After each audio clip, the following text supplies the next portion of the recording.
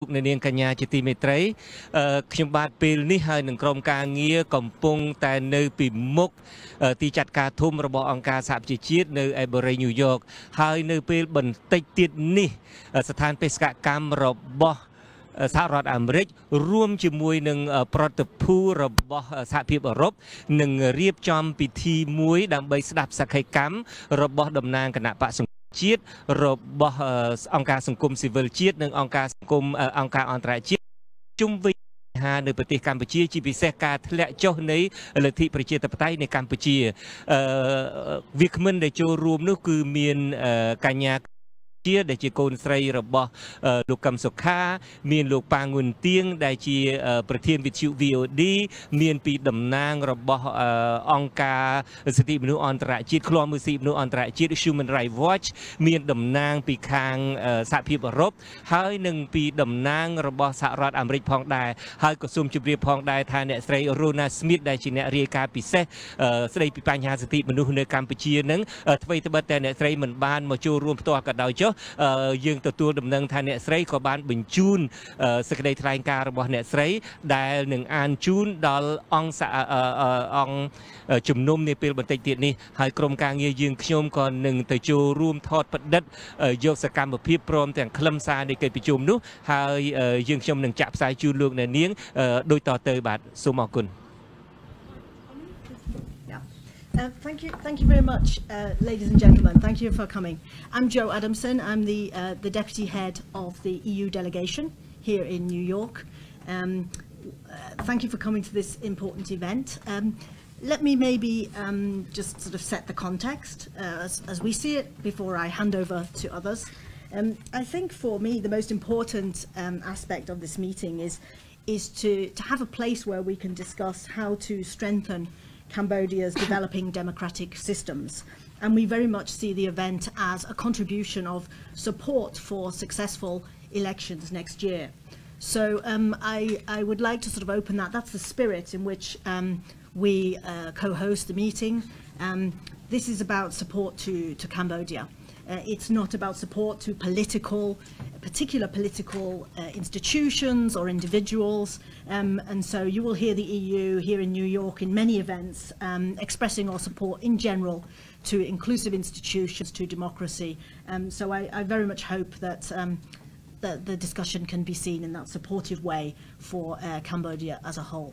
And with that, let me make, if you'll allow me to make some opening remarks about how the EU sort of sees the current position and events in Cambodia.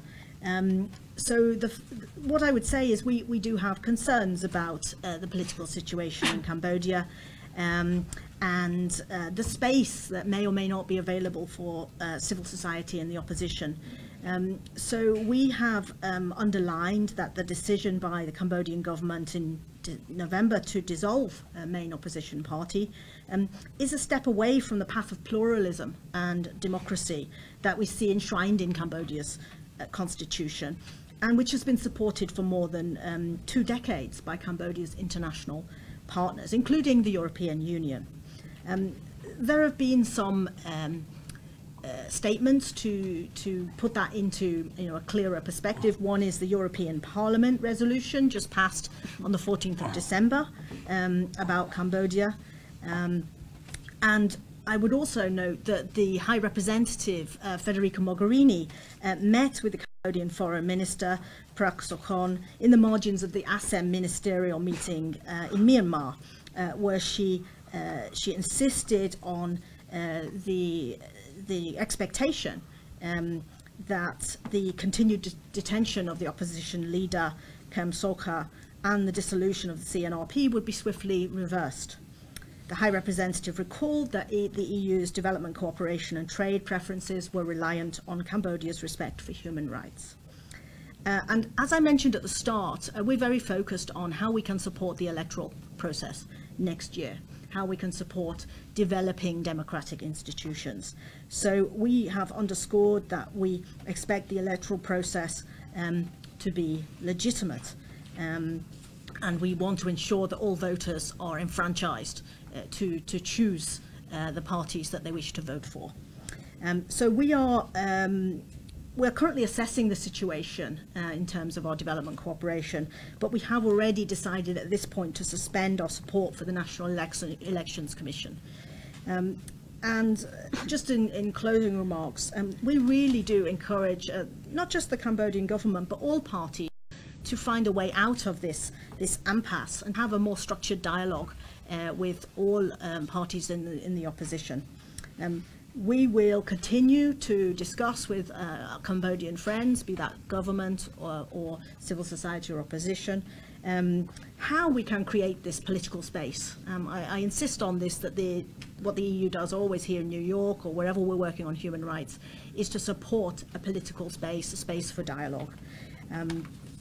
And as I said in opening, we are also ready to support the government of Cambodia in strengthening Cambodia's developing democratic systems. So I really look forward, sort of in that context, how we can all support the whole of Cambodia, how we can support that, to hearing from the views from panelists here today. And very much look forward to hearing from people from Cambodia, but also other international partners on how they see the situation. I thank you very much, and I hand over to Ambassador Curry. Thank you, Ambassador Adamson. Thank you so much. And I really want to express our gratitude to the EU's observer mission here in New York for co-sponsoring this event with the U.S. mission to the UN.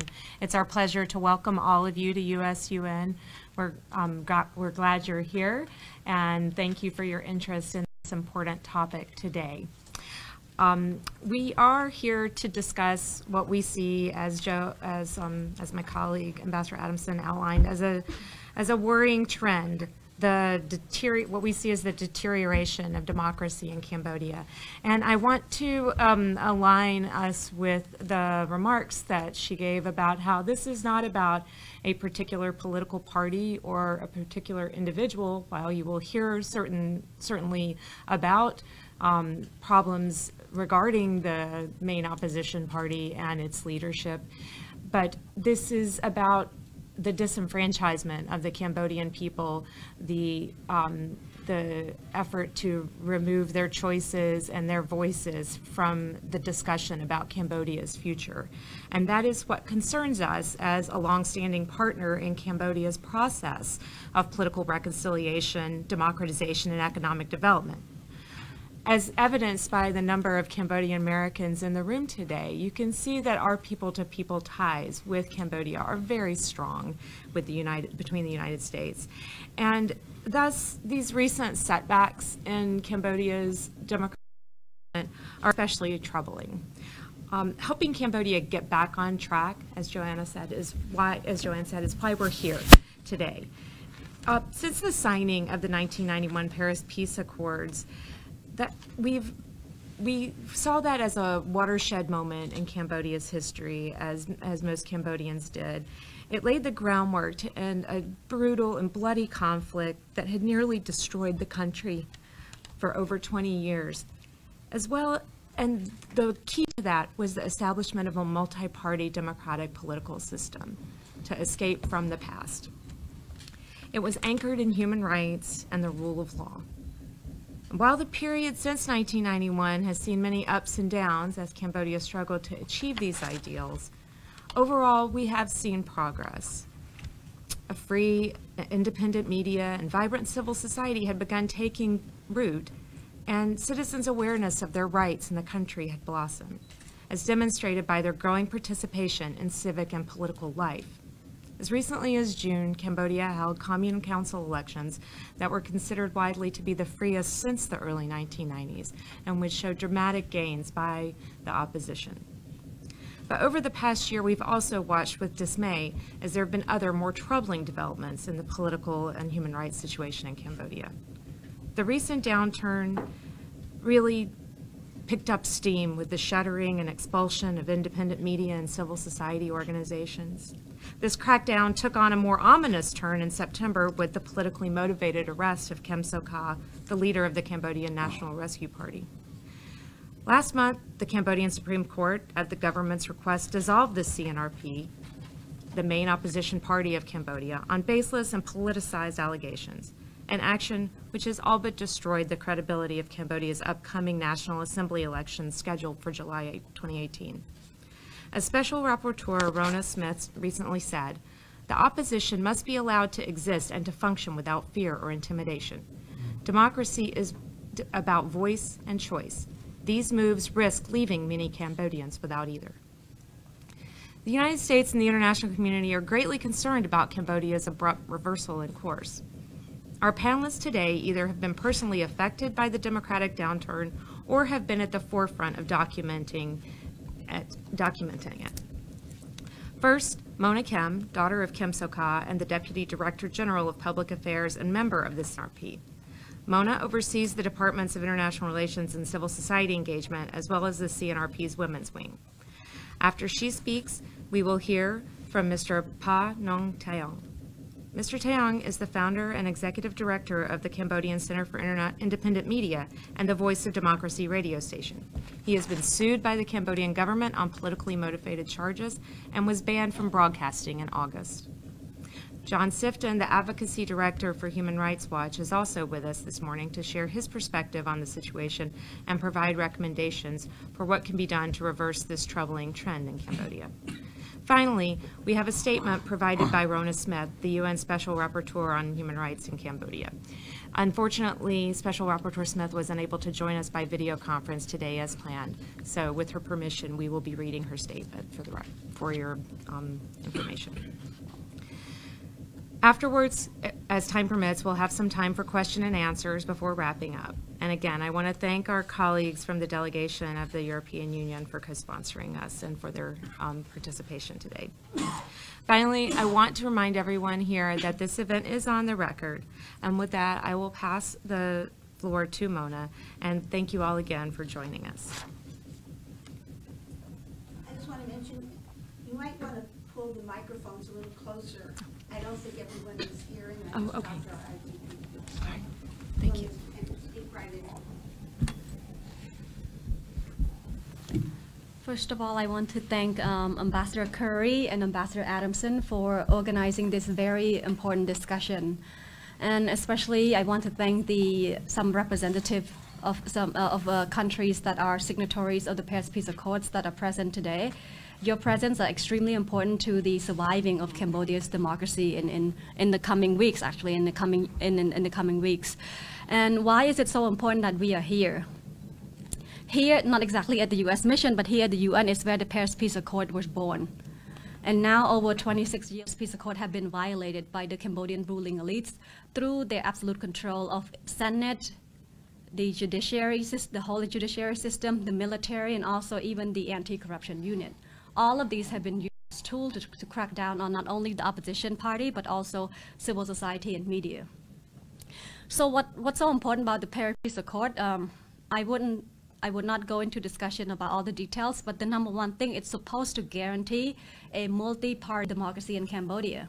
And Cambodian government, the Cambodia party, we signed on to this. And also some of your countries who are here today, I'm not sure which countries are represented today, you signed on to that. So we all have obligation to protect the spirit of the Paris Peace Accord and to make sure it is being implemented.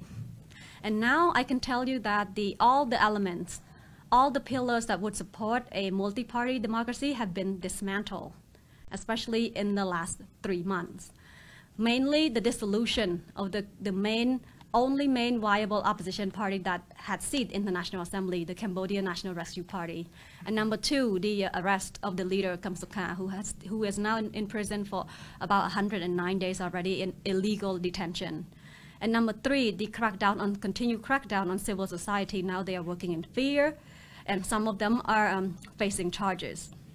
And number 4, the crackdown and the shutdown of some independent media, more than a dozen of radios of free independent stations. And some of the journalists that we see here are actually facing politically motivated lawsuit. So those are all the pillars of multi-party democracy. So if we don't have that, you cannot pretend. We cannot pretend that there is democracy. We cannot pretend that the Paris Peace Accord is being implemented. So I am here mainly to urge member states, especially those that have signed on into the Paris Peace Accord, to enforce the Paris Peace Accord spirit again, and you have an obligation again. You have an obligation as well as the Cambodia party, as well as our government. We have to make sure the spirit of the accord is respected. And so how can we do that going forward? I won't list all the violations. I just listed the main ones. We need the member state to start pushing the United Nations for some action. And we have seen a lot of statements already. We've seen it from the Commissioner, the High Human Rights Commissioner here. And, but we need more than statement at this point. You see from the EU, from the US, they have started, as country, they have an institution, they have started taking action, but we have not yet to see anything from the UN in terms of something concrete. And we need the UN to get on board with this, because this is not just about this is not just about the opposition party. It's about a multi-party democracy that is at risk. So I will be quick and propose what I think member states in regard to the United Nations mechanism can do. Number one, I would propose that the member state encourage that Cambodia issue would be on the agenda of the General Assembly in January, if possible. Number two, I would propose that the member state, especially those who have signed on to the Paris Peace Accord, send a request to the UN Secretariat for a fact-finding mission, monitoring mission to Cambodia, to assess the situation now and to talk to the Cambodian authority to find solution in regard to the Paris Peace Accord.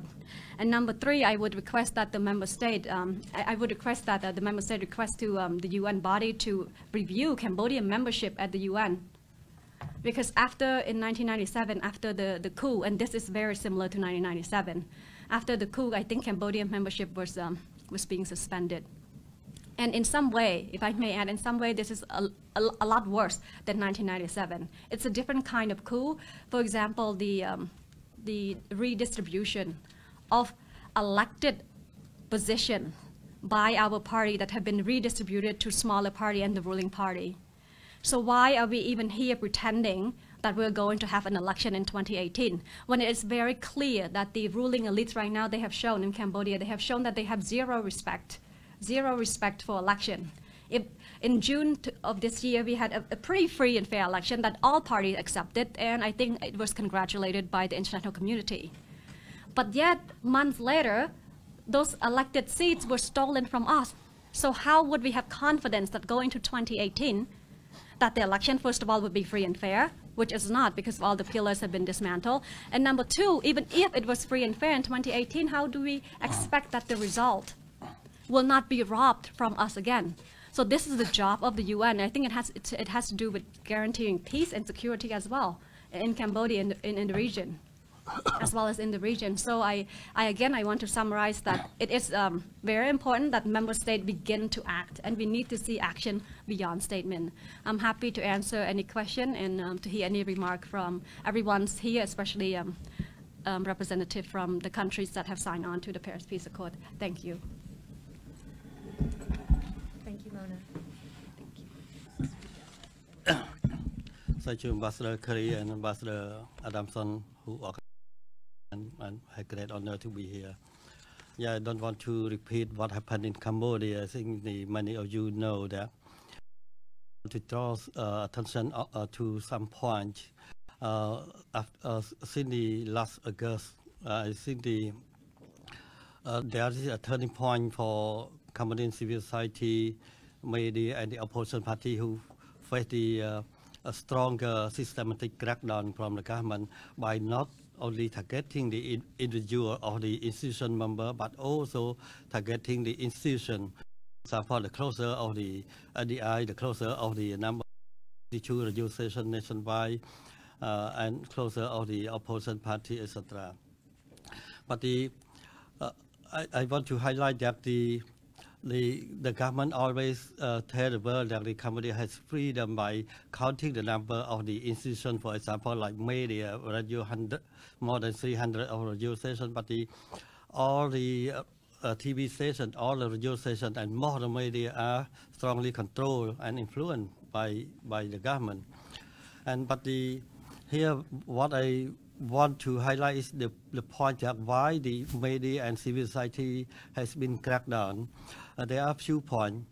One is the media, more of the media are strongly controlled by the government, but there are few media like VA IFA and VD and Company Daily and Phnom Penh Post, etc. Working to provide the alternative information to the people. And so this is something that exposes what happened in the country. While there are a lot of social problems, including corruption and human rights violation. And that one point. The other point, the civil society are working to empower people to freely express the idea and demand for better change. And this is something that the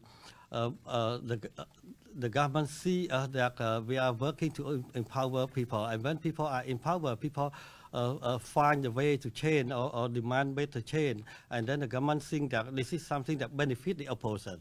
And then the government accuse civil societies, the free media, independent media as working for the benefit of the opposition. And that is the reason that the government crack down the independent media and opposition party. No, and civil society. And another point I also want to highlight that why the opposition leader Kamsaka arrested and why the only opposition party CNP dissolved. There are few